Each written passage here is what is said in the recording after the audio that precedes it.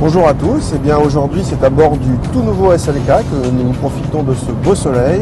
Et notre SLK c'est un SLK 350 équipé d'un V6 de 306 chevaux, tout un programme, c'est parti. Ce SLK c'est le troisième du nom, et tout de suite en le regardant on s'aperçoit que cette nouvelle génération s'inspire de ses grands frères, les SL et SLS. La forme des feux avant notamment y fait directement référence, notez également les feux arrière à LED de série sur toutes les versions. Notre modèle d'essai est un SLK 350 Edition 1, une finition spécifique au lancement.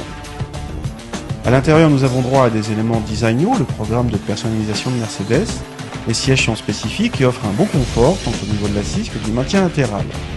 Il conserve le système AirScarf qui souffle de l'air chaud sur la nuque. L'ambiance à bord est soignée grâce à une bonne qualité de présentation rehaussée par certains détails comme les aérateurs ou les compteurs chromés. De nuit, il y a également un éclairage rouge sous la console centrale et dans les contreportes, assez joli. Sur la console centrale, on note la présence d'un bouton concernant les suspensions pilotées en option à 1450 €. À côté se trouve la touche Eco. Notre SLK 350 a droit à un système stop and start au demeurant discret à l'utilisation. Le toit en lui-même est vitré, mais mauvaise surprise, il n'y a aucun système d'occultation prévu.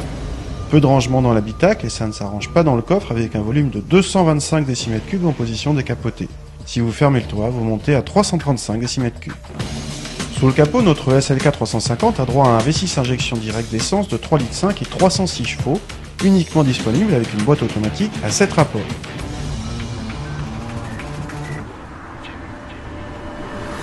Premier tour de roue et tout de suite on apprécie la sonorité agréable du moteur, surtout en position décapotée. La boîte de vitesse est douce mais le confort est ferme à basse vitesse.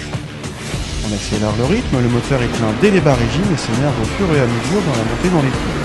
La boîte automatique traditionnelle reste douce mais manque de rapidité. La partie châssis nous a quant à elle emballé. Le train avant est précis, pas très bien servi par une direction à l'assistance parfois perturbante mais on finit par s'y habituer. Le train arrière motorise bien et lorsqu'on bouscule la voiture, il se montre mobile mais progressif, prévenant.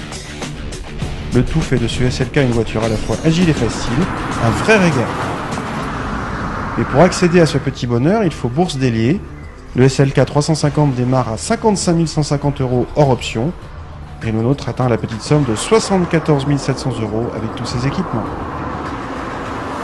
Pour finir, une petite comparaison avec le BMW Z4, et une fois n'est pas coutume, on préfère le SLK conduire, notamment pour des qualités châssis, et ça c'est presque une surprise pour nous.